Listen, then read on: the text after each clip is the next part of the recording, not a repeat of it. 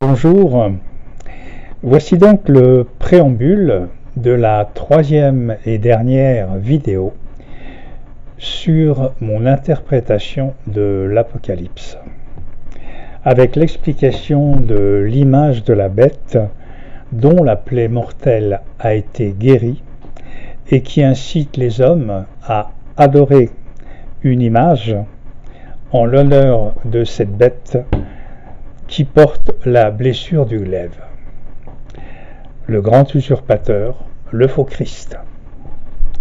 J'ai écrit ce texte sur les prophéties, mais j'avertis tout de suite que je suis croyant, chrétien surtout,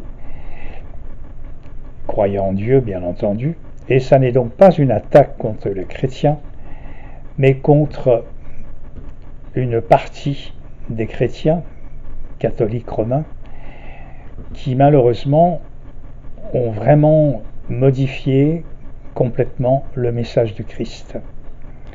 Ces évangiles en particulier, qui ont été modifiés au cours de différents conciles, ce que je reproche à cette Église catholique.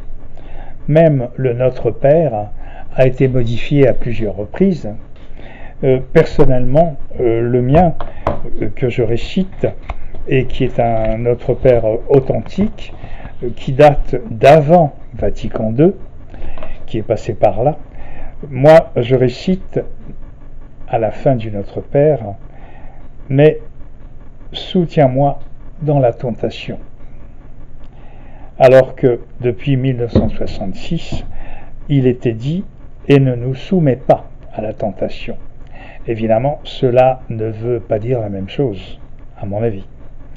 Ce serait plutôt une prière adressée justement à l'adversité, qui demanderait de nous mettre de côté, en quelque sorte. Donc, je préfère aller dans les cathédrales où les crucifix, généralement, sont absents, et qui n'y étaient pas à l'origine d'ailleurs, car le Christ est représenté en gloire, entouré de ses apôtres, ou décrivant le jugement dernier, donc pour expliquer la réalité de la vie pour les chrétiens et de la mort, que l'on a maintenant tellement oublié, non pas oublié mais modifié. On en a tellement peur, car évidemment on ne croit pas en la vie non pas éternelle, mais en la en la réincarnation qui nous sert d'expérience pour nous améliorer sur cette terre et ensuite aller dans d'autres dimensions. En tout cas, c'est ma philosophie, c'est ce en quoi je crois.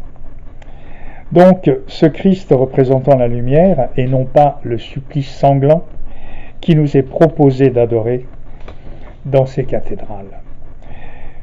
Les cathédrales ont été construites à l'initiative des Templiers, car eux aussi croyaient justement dans cette réalité du Christ, non pas sanguinolent, mais Christ de gloire, Christ de lumière, de paix, d'amour.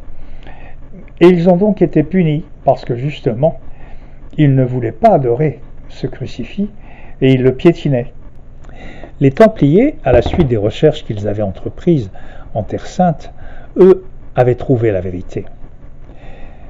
Après la crucifixion, les femmes qui sont entrées dans le tombeau, donc Marie-Madeleine entre autres, n'ont trouvé que le linceul, mais pas de corps physique. Donc où est passé à ce moment-là le corps physique du Christ? Eh bien c'est ce que j'expliquerai dans la troisième vidéo qui va suivre après cette introduction. Celui qui a écrit l'Apocalypse a été stupéfait de découvrir la vérité de l'avenir de l'Église chrétienne catholique, incarnée par cette Église romaine et ses dogmes, dictés par cet usurpateur, dont le but est d'emmener les hommes à leur perte, et de les empêcher d'accomplir la continuité de la création ce qui est normalement leur vocation, leur destination. Alors qu'actuellement, eh bien, ils détruisent, c'est ce qui est expliqué dans l'Apocalypse, dans le jugement de la grande prostituée. Dans ce passage, il est expliqué l'apostasie de l'Église catholique. Et sur le front de la femme est écrit un nom gardé secret que l'auteur de l'Apocalypse n'a pas le droit de divulguer, mais qui provoque sa stupéfaction et la vision et révélation de l'infiltration des forces diaboliques et de la corruption de la hiérarchie catholique qui procède à la destruction de la foi chrétienne authentique. Cela a donc provoqué, depuis l'origine de l'Église catholique romaine, les persécutions contre les soi-disant hérétiques qui essayaient de répandre la lumière, la vérité. C'était les gnostiques, c'était les cathares, et donc le schisme de l'Église catholique romaine avec les orthodoxes, avec les protestants, avec l'Église d'Orient, où pendant les croisades, les chrétiens se battaient entre eux, justement pour essayer de prendre les richesses, entre autres, de l'Église d'Orient. Et puis ensuite, bien sûr, autre joyeuseté, la Saint-Barthélemy. Là encore, des chrétiens contre des chrétiens, et puis l'Inquisition aussi, n'oublions pas, où l'on brûlait les soi-disant sorciers ou sorcières, et enfin pour en arriver à ce fameux Vatican II, qui a changé complètement l'Église. La place de l'autel, le rituel de la messe, les textes sacrés qui ne sont plus respectés. Mais le plus grave, c'est le prêtre qui fait maintenant la messe en regardant l'ouest, c'est-à-dire là où le soleil se couche, au lieu de la dire à l'est où le soleil et la lumière qu'il représente, le soleil se lève. Donc, le prêtre maintenant ne regarde plus la lumière, il regarde l'ombre, et non plus la lumière. La messe est en quelque sorte une cérémonie magique. Et il y a une règle, dans les cérémonies magiques, une réalité. Eh bien, si vous ne respectez pas le texte, le rituel, la place des opérateurs, votre cérémonie n'a plus aucune valeur et surtout n'a plus aucune force. Alors ne vous étonnez pas de voir les églises de plus en plus vides. Le pape actuel, certainement trouvant que la disparition des chrétiens n'allait pas assez vite, a demandé d'interdire les messes à l'ancienne, authentique, en latin, avec justement le respect de la liturgie et des emplacements et les positions donc où le prêtre dit justement la messe face à la lumière et non plus face à l'ombre. Beaucoup de prophéties postérieures à cet apocalypse expliquent effectivement cette corruption, les dégradations de cette hiérarchie manipulée par les forces de l'ombre, mais sans qu'elles en soient conscientes. Exemple, la prophétie de la Salette, qui est de 1846, qui prévoit donc cette corruption de prêtres et de l'Église de Rome, les maladies qui vont avoir lieu, les guerres qui vont suivre, et puis ensuite, 1870, 1914, 1945, toutes ces guerres verront la France, contre l'Allemagne entre autres, elle voit donc disparaître, dans la prophétie de la Salette, celle qui la récite, celle qui la voit, qui a cette vision, elle voit disparaître dans le cœur des Français les épreuves. La petite Mélanie, donc, qui raconte sa vision de la Vierge à la Salette, voit disparaître dans le cœur des Français les épreuves que cela va entraîner. Elle voit le pape dont la vie sera mise en danger et l'apparition d'un avant-coureur de l'Antéchrist qui voudra anéantir le culte de Dieu pour se faire regarder comme Dieu lui-même. On peut penser à Hitler. Elle prévoit aussi que cet antéchrist, le premier, qui viendra ensuite, naîtra d'une religieuse. Il aura des dents à la naissance, fera des prodiges, et sera donc adoré pour les pseudo-miracles qu'il fera. Nostradamus, d'ailleurs, a fait la même description de cet antéchrist, comme vous pouvez le voir dans les vidéos que j'ai faites sur Nostradamus cette année. Il naîtra donc d'une religieuse et d'un moine, et il sera abandonné et trouvé devant le monastère. Il le nomme l'enfant Besson. Il y a aussi la prophétie de Fatima plus récente qui prévoit également, dans son troisième secret, la destruction de l'Église catholique. Ce troisième secret, il est très important, car il n'a pas vraiment été divulgué, je vais vous dire pourquoi.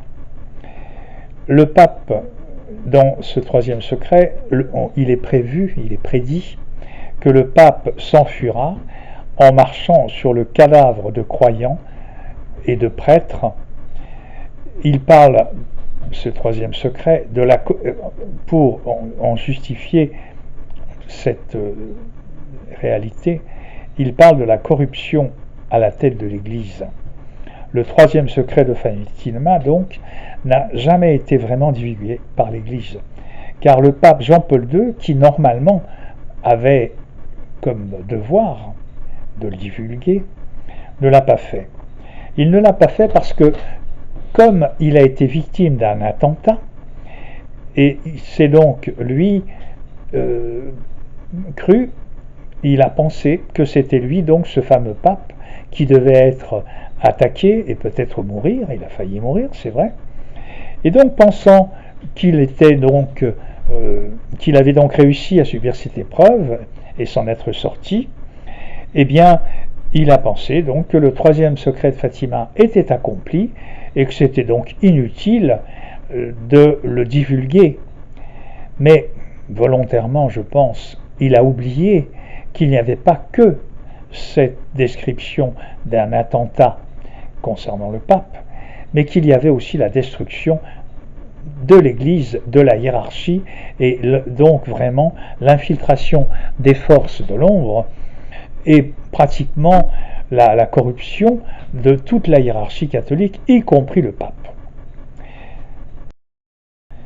Et donc Jean-Paul II s'est rendu à Fatima pour mettre la balle qui avait failli le faire mourir dans la statue de Fatima.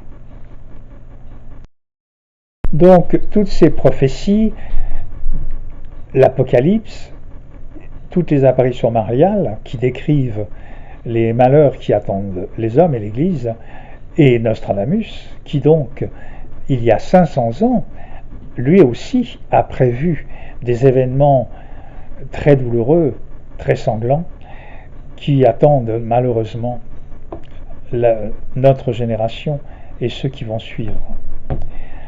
Donc toutes ces prophéties sont faites dans le but d'essayer de remettre les hommes dans le droit chemin, qu'ils retrouvent la lumière, qu'ils aillent dans la bonne direction. Mais malgré tout, eh bien, les hommes restent aveugles, restent sourds à ces révélations. En France maintenant, la foi n'est guère présente, les églises sont pratiquement vides. Ainsi, par exemple, le film qui est sorti sur Fatima, justement, est très beau sur le plan artistique, etc., mais ne parle pas des secrets de Fatima. On y voit juste à un moment l'image d'un pape frappé d'une balle, donc qui est victime d'un attentat, mais il n'y a aucun commentaire, il n'est même pas dit que c'est justement un des secrets de Fatima. Donc on ne peut quand même pas dire que ce soit une grande révélation pour ceux qui ont vu ce film.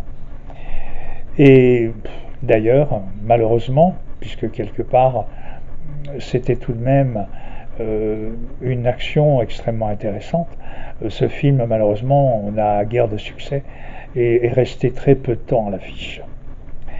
Donc revenons à l'Apocalypse où la Vierge demande, non pas l'Apocalypse, pardon, revenons à Fatima qui nous dit que la Vierge a demandé que la Russie se reconvertisse à la chrétienté sous peine de voir une nouvelle guerre se déclencher.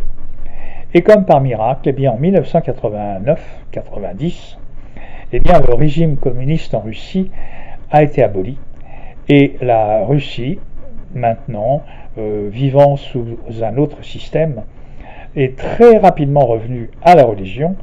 Pratiquement toutes les églises ont été restaurées et remises en état. Et donc, on a demandé pardon pour l'assassinat du tsar, ce qui n'est pas le cas en France. Nous, on ne célèbre pas du tout ce genre de choses.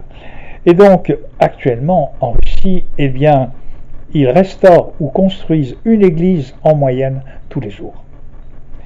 À l'heure actuelle, les Russes sont beaucoup plus nombreux, évidemment, dans les églises que les Français. Mais comme d'habitude, les Français se sentent supérieurs et se moquent des Russes comme étant des arriérés, préférant prôner la laïcité qui rend beaucoup plus intelligent à leurs yeux et tellement meilleur aux yeux de leurs dirigeants.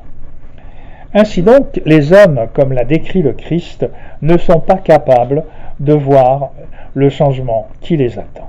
Ils restent sourds et aveugles aux paraboles, et le Christ a dit que l'homme était capable, en voyant le ciel, le vent, de voir que le temps allait changer, mais que les apôtres et les croyants, eux comprennent sa parole, mais que malheureusement les autres, ils voient sans voir, ils entendent sans comprendre, et donc ils restent aveugles.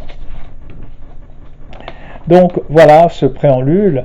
Je vais ensuite faire l'autre vidéo que vous pouvez voir sur l'explication de cet apocalypse où vraiment pour moi le passage le plus important est donc ce fameux 666 et également la description de la bête qui renaît de la plaie qu'elle a subie et qui explique donc le moment où le Christ ayant quitté son corps charnel, ce corps a été incorporé à ce moment-là par les forces du mal, par les forces sataniques, disons. Voilà. Si vous le voulez, eh bien, vous pouvez donc voir cette vidéo à la suite.